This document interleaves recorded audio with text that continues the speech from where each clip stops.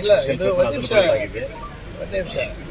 BJP ಅವ್ರ ತರ ತೆರವು ಮಾತಾಡಿದ್ರೆ ಹೇಗೆ? ಒಂದ್ ನಿಮಿಷ ಕೇಳಿ. ಯೂನಿವರ್ಸಿಟಿ ವಿಸಿ ಅವರು ಕಾನೂನು ವಿಶ್ವವಿದ್ಯಾಲಯದ ವಿಸಿ ಅವರು ಕೊಟ್ಟಿರೋ ಆರ್ಡರ್ ಕಾಪಿನೂ ಇದೆ. ನಾವೆಲ್ಲ ಕೇಳಿ. ಎಕ್ಸಾಮ್ ನಡೆದಿದ್ದು ಆ ಕಾಲೇಜಲ್ಲಿ ನಿಜ, ನಿಮಗೂ ಗೊತ್ತಿದೆ, ನೀವೇ ಇಲ್ಲೇ ಇರೋರು.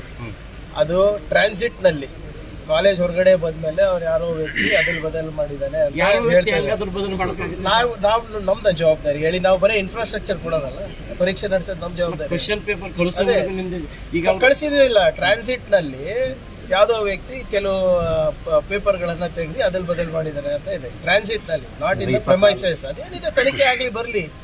ಈಗ ವಿಸಿ ಅವರೇ ಒಂದು ಲೆಟರ್ ಬರ್ತಿದ್ದಾರೆ, ಆಡಳಿತ ಮಂಡಳಿಗೆ ಲೆಟರ್ ಬರ್ತಿದ್ದಾರೆ, ಇಂಥವ್ರ ವಿರುದ್ಧ ಕ್ರಮ ತಗೊಳ್ರಿ ಅಂತ ಬರೆದಿದ್ದಾರೆ. ಕ್ರಮ ಬರ್ದಿದ್ರೆ ತಗೋತಾರೆ, ಸರ್ಕಾರ ಇದೆ ಅಲ್ಲ. ಬಟ್ ನೋಡಿ, ಈಗ ಕಾಲೇಜಲ್ಲಿ ನಾವು ಇನ್ಫ್ರಾಸ್ಟ್ರಕ್ಚರ್ ಕೊಟ್ಟಿದ್ದೆ ತಪ್ಪಾಯ್ತಾ? ಜನರಿಗೆ ಒಳ್ಳೇದಾಗ್ಲಿ ಇದು ಮಾಡಕ್ಕಂತ ಕೊಟ್ಟಿರ, ಅಕ್ರಮ ನಡೆಸ್ಲಿಕ್ಕೆ ಯಾರನ್ನ ಕೊಟ್ಟಿರ್ತಾರ ಹೇಳಿ ನೀವೇ? ಅದನ್ನು ಕೂಡ ಯಾರು ಹೇಳ್ತಾ ಇದ್ದಾರೆ? ಎಫ್ಐಆರ್ ಆದ್ರೂ ಮಾಡಿಸ್ಬೇಕು, ಆಡಳಿತ ಮಂಡಳಿ ಶಿಫಾರಸ್ ಕೊಡ್ಲಿ, ಮಾಡೋಣ ಅಂತೆ. ನಮ್ಮ ಪ್ರಾಮಾಣಿಕದ ಬಗ್ಗೆ ಜನರಿಗೆ ಗೊತ್ತಿದೆ, ನಿಮಗೂ ಗೊತ್ತಿದೆ. ಬಿಜೆಪಿ ಅವರಿಂದ ಸರ್ಟಿಫಿಕೇಟ್ ಪಡೆಯೋದು ನನ್ಗೇನು ಅವಶ್ಯಕತೆ ಇಲ್ಲ.